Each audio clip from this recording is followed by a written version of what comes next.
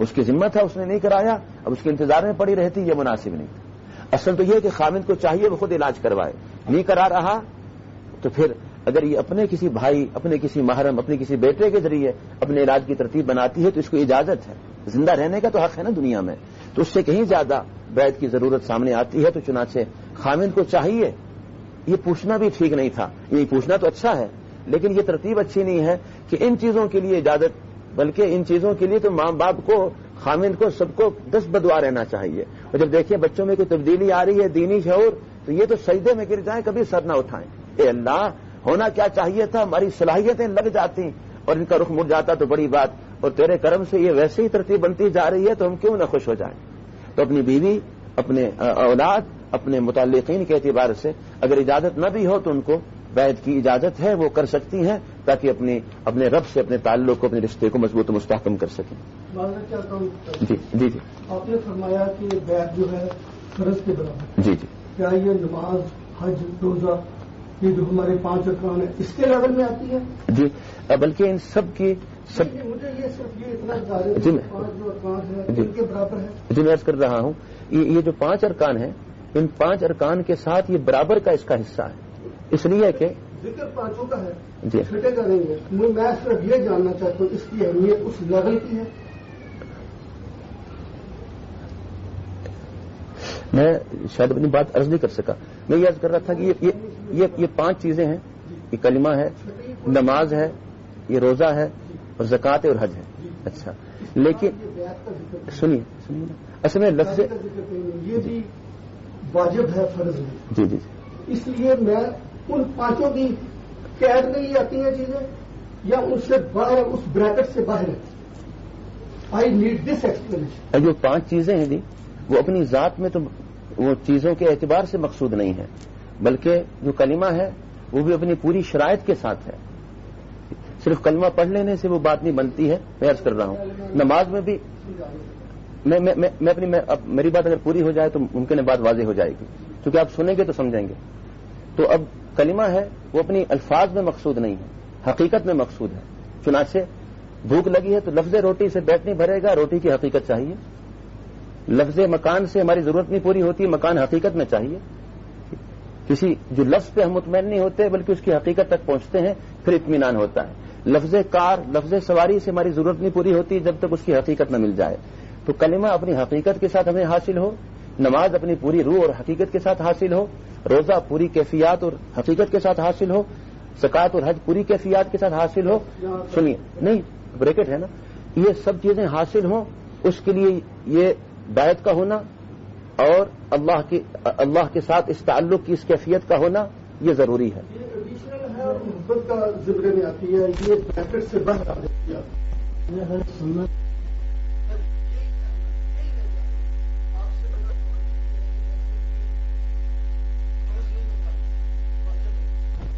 کچھ سنتے ہیں، کچھ واجب ہے، کچھ فرض ہے، تو یہ فرائض کی ڈیفینیشن میں نہیں آتی کہ آتی ہے۔ یہ فرائض بالکل ڈفرینٹ ہے، سنتیں کو فالو کرنا یہ محبت ہے، اظہار محبت ہے۔ جیسے آپ مدینہ شریف جائیں تو اچھی بات ہے، حج مکمل ہو جاتا ہے ادھر ہی، لیکن وہاں جانا باعث محبت ہے، ہم اس کو محبت کے زمرے میں مستحب جاتے ہیں، لیکن وہ حج کا حصہ نہیں۔ رائٹ؟ لیکن یہ مثال یہاں فٹ میں آتی ہے، اس لیے کہ داڑھی نہیں، میں گزارش کرتا ہوں، داڑھی کی حیثیت مدینہ منورہ حاضری جیسی تو ہے نہیں، داڑھی کا یہ مثال وہ مسئلہ میں مطابقت نہیں۔ واجب اور فرض میں آپ ڈفرینشیٹ نہیں کر سکتے، مجھے ایکسپلین نہیں کر سکتے۔ فرائض میں اور واجب میں یا کوئی چیز فرض ہے، فرض کی تو 5 چیزیں بریکٹ میں آ گئی، جی جی، داڑھی اس میں نہیں آئی، وہ واجب میں آ گئی۔ جی جی، تو یہی میں آپ سے سوال میرا ان کا کوشچن تو یہ ہے کہ بنیاد اسلام کا نبی صلی اللہ علیہ وسلم کا فرمان ہے جی جی، کہ اسلام کی بنیاد 5 چیزوں پر رکھ دی گئی ہے، جی جی، وہ تو یہی ہے کہ کلمہ، نماز، روزہ، حج اور زکوٰۃ۔ تو اس کو آپ مکمل کر لیں تو الحمدللہ you can be a good person, good Muslim, ہر چیز ٹھیک، لیکن اس کے یہ ایڈیشنل چیزیں ازرا ہے، محبت ہے، میرا کہنے کا میں شاید یہ گزارش نہیں کر سکا صحیح طرح. یعنی آپ کا خیال یہ ہے کہ یہ 5 چیزیں بس صرف 5 ہی ہیں؟ سنیے 5 ہی ہیں. مثلاً کلمہ اس پہ مکمل حاوی ہے، اس کو آپ نیک نیتی سے ادا کر رہے ہیں، تو دوسری چیزیں جو آپ بتا رہے ہیں وہ ایڈیشنل محبت کے زمرے میں آتی ہیں، وہ بیسک فرائض میں نہیں آتی. مثلاً کلمہ ہے. میں یہ اپنی بات شاید نہیں سمجھا سکا. پہلے بھی یہ ہے نا کہ میں I can not follow you, اور یا میں نہیں سمجھا سکا یا آپ نے مجھے سمجھا سکے. یعنی میری بھی یہ ہوگا کہ ہم اس ٹاپک کو چھوڑ دیں، میں بھی رجوع کروں گا کہیں اور بھی آپ بھی کہیں. ٹھیک ہے انشاءاللہ. ماشاء اللہ.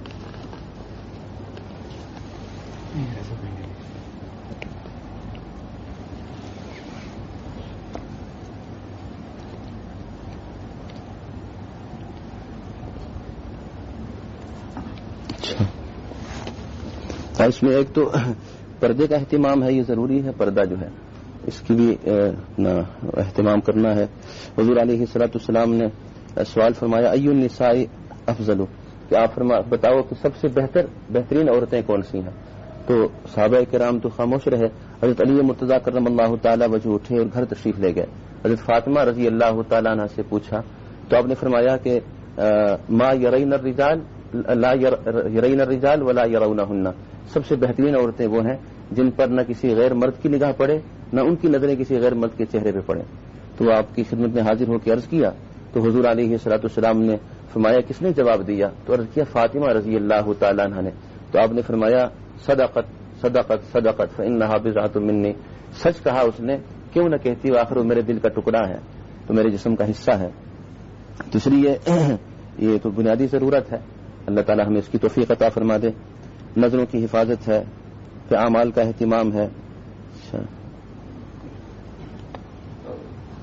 تو جو حضرات جنہوں نے یہ تعلق قائم کیا بیعت کا، تو اپنے خط کے ذریعے اپنا رابطہ بھی رکھیں اور پھر اپنے خطوط پھر عاطف بھائی کے ذریعے یہ کارگزاری اپنے اعمال کی کیفیت کو بتاتے رہیں. اور پھر اپنی تربیت کے لیے بھی روزانہ 2 رکعت نفل پڑھ کے اللہ سے دعا مانگتے رہیں. اللہ تعالیٰ تربیت فرما دے.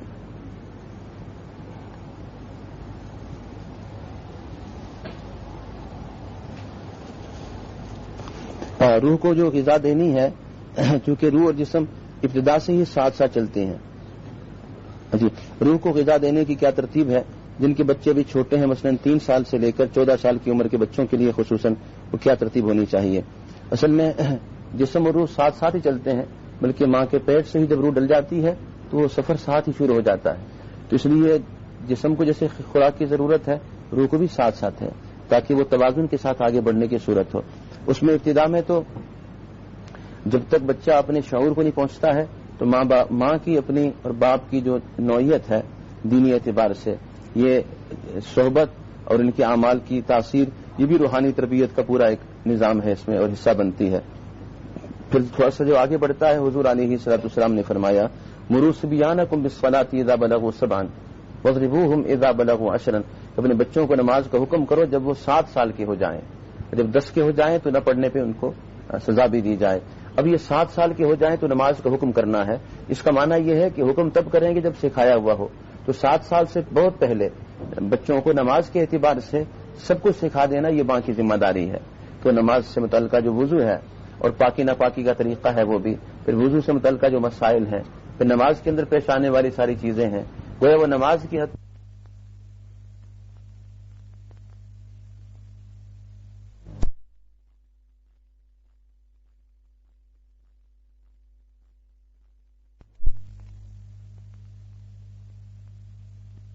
ہی ان کو اس سے مانوس کرنا ہے. اس لیے کہ جو قرآن والے ہیں قیامت کے دن اللہ کے عرش کے سائے کے نیچے ہوں گے، انبیاء اور اللہ کے برگزیدہ لوگوں کے ساتھ، جس دن اللہ کے عرش کے سائے کے علاوہ کوئی سایہ نہیں ہوگا.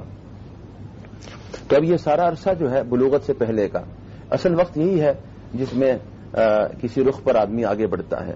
یہ اگر صحیح ترتیب پہ ان کی تربیت ہو گئی تو پھر معاشرے میں ایک اچھا فرد بن کے اور مثالی انسان بن کے زندگی گزاریں گے. اور یہ وقت اگر لاؤبالی پن میں اور غفلت میں گزر گیا اور یہ ذہن میں رہا کہ بچے ہیں ابھی، بڑے ہوں گے تو کر لیں گے، تو یہ وقت ہی بننے یا بگڑنے کے اعتبار سے ہے. تو اس میں بنیادی طور پہ جو ضرورت ہے وہ گھر کے ماحول کو بنانا ہے اور ماں باپ کی اپنے آپ کو مثالی ماں باپ بنانا ہے، جس سے وہ بچے ان کے عمل سے، چونکہ قول سے کہیں زیادہ عمل سے آدمی سیکھتا ہے. اور عمل سے تبھی سیکھیں گے جب ہمارے اپنے عملی زندگی بہتر و مناسب ہوگی. اللہ تعالیٰ اس کی توفیق.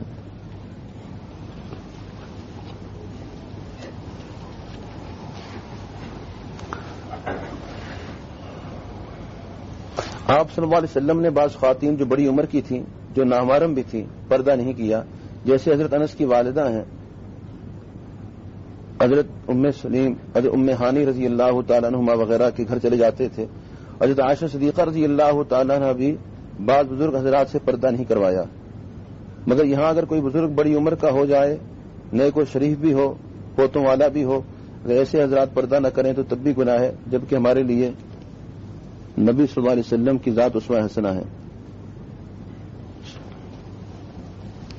اچھا، پہلی بات تو یہ ہے کہ آپ علیہ الصلوۃ والسلام، یہ پردے کا حکم تاخیر سے آیا ہے. اس سے پہلے ابتدا میں جب نہیں تھا تو اس میں پابندی بھی نہیں تھی. جب پردے کا حکم نازل ہو گیا اس کے بعد حضور علیہ الصلوۃ والسلام نے خود اہتمام فرمایا. اب یہ جو واقعہ ہے حضرت انس رضی اللہ عنہ کی والدہ محترمہ کے حوالے سے، تو آپ کی خدمت میں حاضر ہوئیں، اس طرح بہت سی مستورات بھی حاضر ہوتی تھیں. تو حاضری کا معنی مردوں جیسی حاضری بالمشافہ بالکل سامنے نہیں ہے، بلکہ یہ صحابیات جو حاضر ہوتی تھیں یہ پردے کے پیچھے سے اپنا سوال کرتی تھیں، پردے کے پیچھے سے، اور آپ علیہ الصلوۃ والسلام اس کا جواب عنایت فرماتے تھے. چونکہ اس کو واضح کرنے کی احادیث مبارکہ میں ضرورت نہیں تھی اس وقت میں کہ بھئی یہ اشکال پیدا ہوگا کہ حاضر ہوئی تو اس کا معنی ہے بالمشافہ ہوئی. اپنے موجودہ زمانے کے اعتبار سے ذہن میں ہی آتا ہوگا، لیکن ایسا نہیں ہے. جو بیعت ہوئی ہیں مستورات وہی پردے کے پیچھے ہیں، اور جو گفتگو ہوئی ہے وہ پردے کے پیچھے ہیں. حضرت ام ہانی رضی اللہ تعالی عنہ حضور علیہ السلام ان کے گھر تشریف لے جاتے تھے. ام ہانی رضی اللہ عنہ یہ حضرت آپ علیہ الصلوۃ والسلام کی پھوپھی زاد بہن ہے. یہ آپ علیہ الصلوۃ والسلام ان کے گھر آرام فرماتے جب معراج کی رات اب تشریف لے گئے، اور پردے کا حکم مکہ مکرمہ میں آیا نہیں تھا، مدینہ منورہ میں جا کے آیا، اور جب حکم آیا تو اس کے بعد سے آپ نے اس کا اہتمام فرما لی. تو یہ واقعات عموماً اس وقت کے بھی ہوتے ہیں چونکہ تقدم تاخر کا ہمیں اندازہ نہیں ہوتا، تو یہ اس حکم کے نازل ہونے سے پہلے کے واقعات ہیں، لیکن چونکہ ہمیں تعین نہیں ہو پاتی تو بعض دفعہ اشکال ہو جاتا ہے. اللہ تعالیٰ ہمیں توفیق دے دے. حضرت عائشہ صدیقہ رضی اللہ تعالیٰ عنہ کو بھی بعض بزرگ حضرات سے پردہ نہیں کروایا. یہ بھی وقت وہی ہے جب پردے کا حکم نہیں تھا، اس کے بعد تو بہت اہتمام سے سختی سے اس پہ کاربند کرایا گیا، اور اسی پر ہمیں اہتمام کرنے کی ضرورت ہے.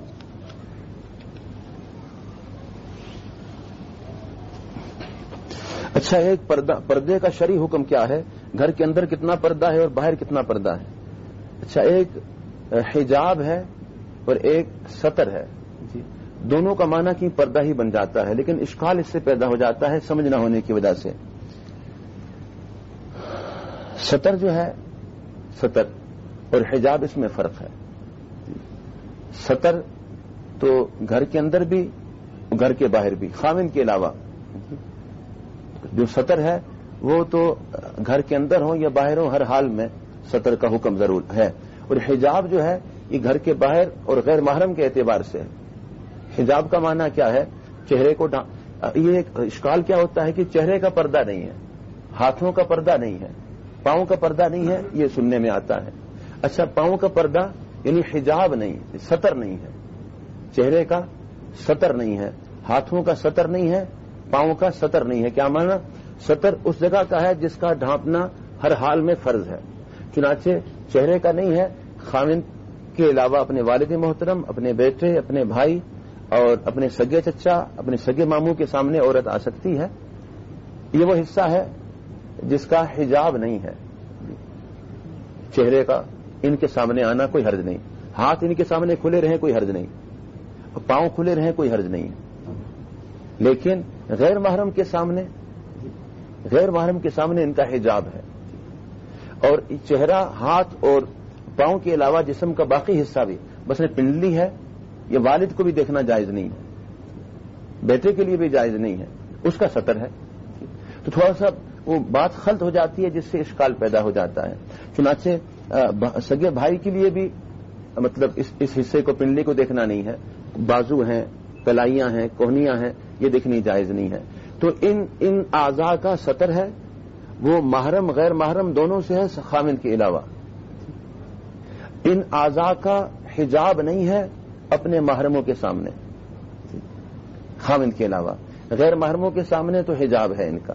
تو چہرے کا جو یہ مسئلہ ہاتھوں پاؤں کا آ جاتا ہے اس کی تفصیل یوں ہو جاتی ہے. ایک سطر ہے حجاب ہے. اب حجاب کا ہونا وہ کیسے ناممکن ہوگا؟ اس لیے کہ چہرہ ہی تو موضع زینت ہے. سارا مسئلہ تو یہیں سے بگاڑ پیدا ہوتا ہے. اس کو اگر نہیں ڈھانپنا ہے تو پھر تو مسئلہ ہی کچھ نہ رہا. اس لیے یہ غلط فہمی اللہ ہم سب کی دور فرما دے اور اللہ ہمیں عمل کی توفیق عطا فرما دے.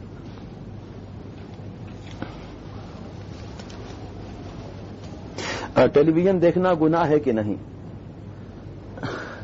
اصل میں جو بنیادی بات وہی دیکھنی ہے کہ جو نیکیاں کرنے کی ہیں، کرنے کے کام وہ بہت سارے جو کرنے کے ہیں وہ ہم سے نہیں ہو پا رہے. اس میں فرائض ہیں، واجبات ہیں، سنن ہیں، بہت سارے ہم سے نہیں ہو پاتے. جو کرنے کے بہت سارے نہیں ہو رہے تو نہ کرنے والی چیزوں کو تو پوچھنا ہی مناسب نہیں ہے. اللہ ہم سب کو اس کی توفیق دے دے.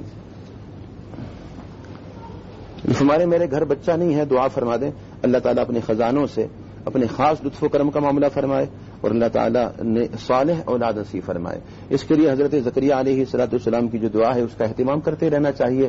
اللہ کے نبیوں نے بھی سبھی نے اللہ سے مانگا اور اللہ نے ہی سب کو دیا ہے. ہم بھی اسی کے خزانوں سے لیں گے اور اللہ سے مانگیں گے اللہ اگر نہیں بھی ہے تب بھی عطا فرما دے. اور یہ بھی مانگنا ہے، اچھا اولاد نہیں مانگنی، صالح اولاد مانگنی ہے. بعض آدمی بے چین و بے قرار ہو کے مانگ لیتا ہے لیکن وہ پھر صالح نہیں ہوتی، بالآخر وہ والے جان بن جاتی ہے، سانپ اور بچھو سے کہیں زیادہ خطرناک بن جاتی ہے. پھر آدمی اس سے پناہ مانگتا ہے اور اس کے لیے پریشان ہوتا ہے. اس لیے مانگتے ہوئے ساری چیزوں کا خیال رکھ کے مانگنا ہے کہ اللہ نیک صالح اولاد عطا فرمائے جو دنیا اور آخرت کے اعتبار سے بھی آنکھوں کی ٹھنڈک اور صدقہ جاریہ اور ذریعہ بنے اللہ کی قرب اور محبت کا. اللہ تعالی ہم سب کو توفیق دے دے. دعا فرما لیں. تو انشاءاللہ پھر کسی موقع پہ حاضری ہوئی تو انشاءاللہ تفصیل سے بیٹھ بھی جائیں گے اور ترتیب بن جائے گی. ہم پچھلے دنوں میں یہی بات کر رہے تھے. میں نے کہا وہ آدمی جہاں کہیں جائے تو وہ سب تازہ دم ہوتے ہیں لیکن وہ بیچارہ جیسے وہ ایک آدمی ہے اس کو 100 آدمی خط لکھتے ہیں. اب وہ 100 آدمی خط لکھتے ہیں، ہر ایک کا یہ ہے کہ میں نے ایک خط لکھا، اس نے 100 کا جواب دینا ہے. اب اس کے پاس وہ 100 کے علاوہ بھی بہت سے مسائل ہوں تو کبھی ایسی کیفیت بھی ہو جاتی ہے. اللہ ہم سب کو معاف فرما دے، ہماری ساری صلاحیتوں کو استعدادوں کو اللہ تعالیٰ قبول فرمائے. اس میں گرامی کیا ہے آپ کا؟ جی شیخ محمد سعید صاحب. انشاءاللہ آپ کی خدمت میں مستقل میں حاضری دوں گا. انشاءاللہ کوئی وقت نکال کے ہم بیٹھیں گے آپ کی خدمت میں. اللہ تعالیٰ بہت الحمدللہ بالکل ٹھیک ہے. انشاءاللہ اللہ تعالیٰ بہت بہت جزائے خیر عطا فرمائے اور آپ کی جو فکر ہے، جو سوچ ہے، جو محبت ہے اللہ اس میں اور اضافہ فرمائے. اللہ تعالیٰ بہت بہت آپ کا جو شفقت محبت ہے اس میں اور زیادہ ترقی اللہ نصیب فرمائے. ہم سب کے حال پہ اللہ رحم فرمائے. ہماری کمیوں کو، تاہیوں کو، ہماری خامیوں کو اللہ تعالیٰ معاف فرما دے. گناہوں کو جو ظاہری باطنی اعتبار سے ہیں، جو سرن علانیتاً ہوئے ہیں، جو جان بوجھ کے بھولے سے ہوئے، سبھی کو اللہ معاف فرما دے. اللہ تعالیٰ وہ ساری خیریں جو حضور علیہ الصلوۃ والسلام نے مانگی ہیں ہمیں اور ساری امت کو عطا فرما دے. جن جن شرور و فتن سے حضور علیہ الصلوۃ والسلام نے پناہ مانگی ہے ہمیں اور ساری امت کو اللہ پناہ عطا فرما دے.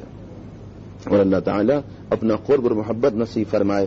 اور جو پریشان حال ہیں، جن دقتوں میں، الجھنوں میں، پریشانیوں میں ہیں، قرضوں میں ہیں اور پریشانیوں میں، مقدمات میں ہیں، سبھی سے اللہ خلاصی کی صورتیں پیدا فرمائے. اللہ سب کو عافیت والی اور قناعت اور صبر والی پرسکون زندگی اور آخرت کی تیاری والی فکر اللہ نصیب فرما دے. اللہ تعالیٰ جو بیمار ہیں روحانی جسمانی اعتبار سے اللہ تعالیٰ انہیں بھی شفا کاملہ عاجلہ مستمرہ عطا فرمائے. اور جو دنیا سے چلے گئے ایمان والے مرد اور عورتیں، ہمارے اقربا، ہمارے رشتہ دار ہیں، ہمارے اساتذہ مشائخ اکابر ہیں، سبھی کی اللہ بخشش فرما دے اور سبھی کی قبروں کو جنت کے باغوں میں سے باغ بنا دے. ہر گھر کو اللہ تعالیٰ حضور علیہ الصلوۃ والسلام کے مبارک گھروں کا یہ نمونہ بنائے، مثال بنا دے. اور ہر مسجد کو مسجد نبوی جیسی ترتیب جو حضور علیہ الصلوۃ والسلام نے قائم فرمائی تھی اللہ ہر مسجد میں قائم فرما دے. اور اللہ تعالیٰ ہر علاقے، شہر، محلے کو مدینہ منورہ جیسی فضا نصیب فرما دے جو حضور علیہ الصلوۃ والسلام نے وہاں قائم فرمائی تھی. مدینہ منورہ میں کیا ہوتا تھا، اگر 1000 آدمی وہاں رہ رہے ہیں تو 999 کو ایک کی فکر، 999 ایک کے لیے خیر خواہی کا جذبہ رکھتے ہیں. ہر ایک 999 کے لیے محبت اور خیر خواہی سے بھرا ہوا ہے. ایثار، محبت، ہمدردی عام تھی اور ایک کیفیت ہوتی تھی، اللہ تعالیٰ ہر جگہ پہ وہی کیفیت نصیب فرمائے. اللہ تعالیٰ اپنے حق کو چھوڑ کر دوسروں کا حق ادا کرنے کی ہم کو توفیق عطا فرمائے اور اس کا ذہن بنائے. ایسے ہی جو باہمی ہمارے مناقشات ہیں، باہمی جو منافرت ہے یا تھوڑی سی غلط فہمیاں ہیں، ان کو بھی اللہ تعالیٰ دور فرما دے اور ہم سب کو اپنی محبت اور قرب نصیب فرمائے. جس گھر میں ہم بیٹھے ہیں اس گھر میں بھی ہمارا آنا اللہ قبول فرما لے اور جتنی دیر بیٹھے اس کو بھی قبول فرمائے. جو کمی بیشی ہو گئی کہنے کے اعتبار سے، عرض کرنے کے اعتبار سے، یا بات کو مناسب انداز سے سمجھانے کے اعتبار سے، چونکہ ہم سب بے بس ہیں، مخلوق ہیں، عاجز ہیں اور ضعفاء میں سے ہیں، اللہ اس کی کمی بیشی کو بھی دور فرما دے اور اللہ تعالیٰ صحیح بات اور حق بات اور اپنی معرفت والی، اپنی محبت والی کیفیت ہم سب کو نصیب فرما دے. اور جو جن کے دلوں میں تمنائیں ہیں، امیدیں، آرزویں ہیں، اللہ بہتر جانتے ہیں اور سب سے زیادہ اللہ تعالیٰ اس سے باخبر ہیں. تو اپنے خزانوں سے جو جس کے لیے بہتر ہے اللہ اس کو نصیب فرما دے اور جو بہتر نہیں ہے اس کی محبت کو اللہ دل سے نکالے اور آخرت میں اللہ اس کو ذخیرہ بنا دے. اور جو سوالات ہوئے ان کے جواب یقیناً کمی ہوئی ہے، یقیناً اس میں صحیح حق نہیں ادا ہوا، اللہ اس کو بھی معاف فرما دے. آئندہ کے لیے محروم ہونے سے اللہ بچا دے. اللہ ہمارے اٹھے ہوئے ہاتھوں کو خالی نہ لٹائے، ہماری حاضری کو اللہ قبول فرمائے. سبحان اللہ بحمدہ، سبحانک اللہم بحمدک، نشہد ان لا الہ الا انت، نستغفرک ونتوب الیک، نستغفرک ونتوب الیک، نستغفرک ونتوب الیک. رب اغفر وارحم انت خیر الراحمین. جہاں جہاں مسلمان پریشان حال ہیں، مختلف صورتوں میں ظلم و کفر کی شکنجوں میں جکڑے ہوئے ہیں اور مشقتیں سہ رہے ہیں، سبھی کے ساتھ اللہ مدد کا معاملہ فرمائے اور سبھی کی نصرت فرمائے. سبحان ربک رب العزت عما یصفون وسلام علی المرسلین والحمد للہ رب العالمین وصلی اللہ تعالی علی خیر خلقہ محمد وعلی آلہ واصحابہ اجمعین برحمتک یا ارحم الراحمین.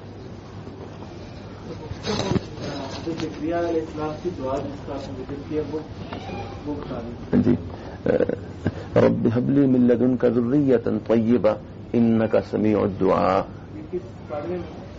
جی 17 پارے میں.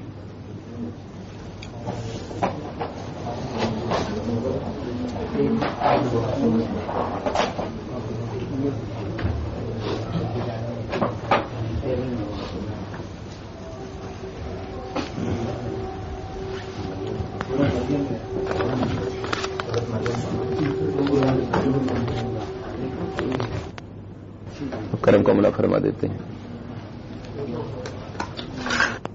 کے لیے نماز کے لیے وضو فرض ہے.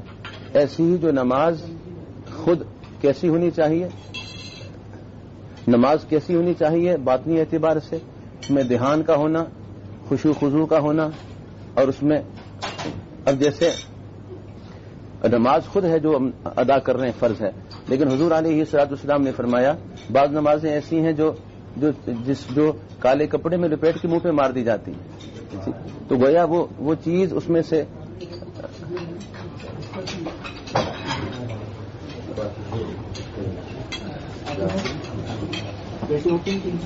اور جیسے یہ بات بھی ہے کہ جو فرائض ہیں ان کو سیکھنا بھی فرض ہے. اب اس کو کوئی چھٹا ساتواں فرض نہیں کہیں گے، یہ ملی جلی چیزیں ہیں ساتھ ساتھ. جی جی شادی ہے وہ تو ایک ہیڈ میں کور ہو گئی نا.